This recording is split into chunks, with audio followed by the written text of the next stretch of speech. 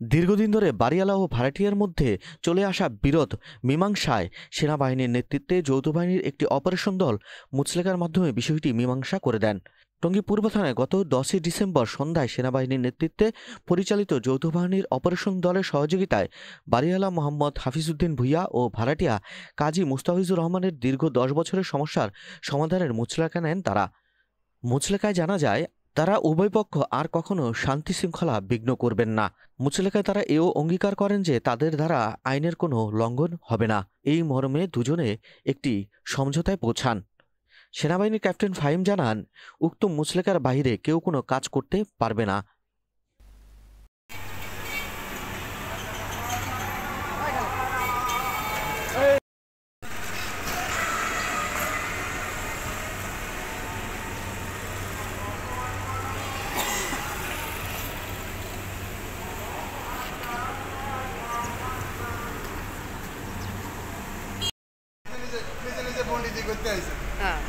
না ঠিক আছে, বাহানা দেওয়াতে কেস হয়েছে, উনি কেস করেছে প্রথম কোর্টে, কেস করলো 2014 সালে, আরও ভাড়া চাই, কিন্তু উনি আমার আগের ভাড়াই দেয় না, এখন আবার নতুন ভাড়া।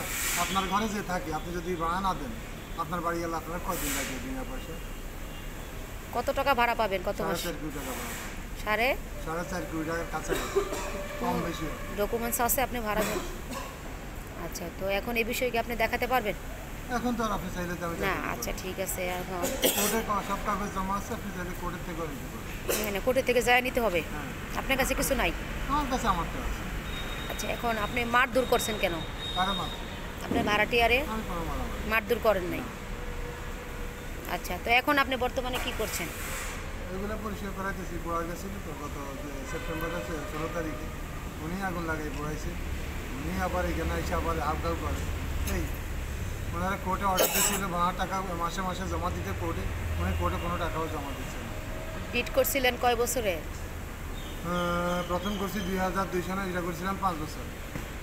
2007 সালে শেষ হওয়ার পর 2007-এ এসে ওনারা আবার করে এগ্রিমেন্ট করলো যে ওনাদের লস হয়েছে, লস হিসাবে ওনারা করছে। আবার ভাড়া দিচ্ছেন, এবার ভাড়া দিচ্ছে 2007-এর ভাড়া দিছে ঠিক মতো? না, 7 পর্যন্ত দিছে, জানিয়ে পরে এসে আর ভাড়া দিতে পারতেছিল। এখন আপনার কাছে ভাড়া কয় বছরের বাচ্চা? 10 বছর, 10.5 বছরের ভাড়া বাকি। 10.5 বছরের?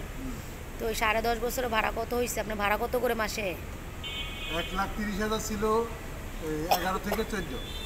আচ্ছা, এটা হলো কাগজে। আর ওনার সাথে আন্ডারস্ট্যান্ডিং ছিল আরও 2 লাখ টাকা মান্থলি। ওইটা উনি ওনার ডিএমডিরে দিয়ে এগ্রিমেন্ট করাইছে, উনি এটা অস্বীকার করে দিয়েছে। এই সবগুলো হিসেব করলে 4.5 কোটি টাকা হয়। কোর্টে ওনারও জিজ্ঞাসা করছে কত ভাড়া বাকি আছে, উনি বলছে আমার অত মনে নাই, 1.25 কোটি 1.5 কোটি টাকার মতো হবে, এটা ওনার কথা ছিল। তো কোর্টে বলছে ঠিক আছে, আপনার ভাড়াটা আপনি যেটা হিসাবে আপনি আগে আপনারটা জমা দেন, পরে আমরা ডিসকাস করব। আগামীকাল তো মনে হয় ওসি ডাকছে আপনাকে? আমরা এখনও ডাকি। ওসি আপনাকে এখনও ডাকে নাই? ডাকলে যাবো। কালকে কি পুলিশ আসছিল? হ্যাঁ, আসছিল। ওকে, পরে কোন দারোগা আসছে? এই তো সময়। আচ্ছা, তাহলে এখন আপনাকে ওসি ডাকে নাই? এখন আপনি কি নিজ দখলে আছেন? হ্যাঁ। তাহলে ভাড়াটিয়ার দখলে নাই? ভাড়াটিয়া তো অনেক আগেই পারে। অনেক আগে বলতে কবে চলে গেছে? 2023 সালে। 2023 সনেতে এই মালামাল কার যা আছে? মালামাল ওনারও আছে, আমারও আছে। 2023 সাল থেকে উনি নাই, মালামাল ওনারও আছে, আপনারও আছে।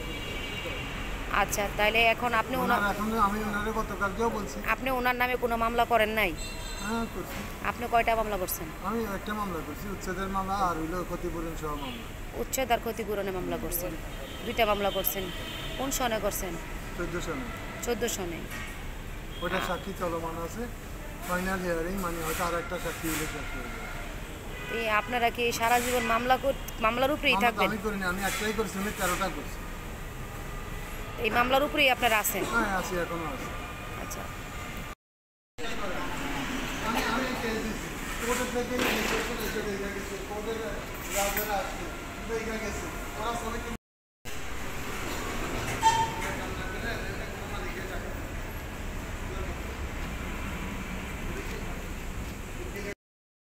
আমি কালকে শুনছি আমার ফ্যাক্টরিতে গত 2 মাস আগে আগুন লাগাই দিয়েছিল। আগুন লাগাই দিয়ে তারপরে সে আবার আমার নামে কেস করছে।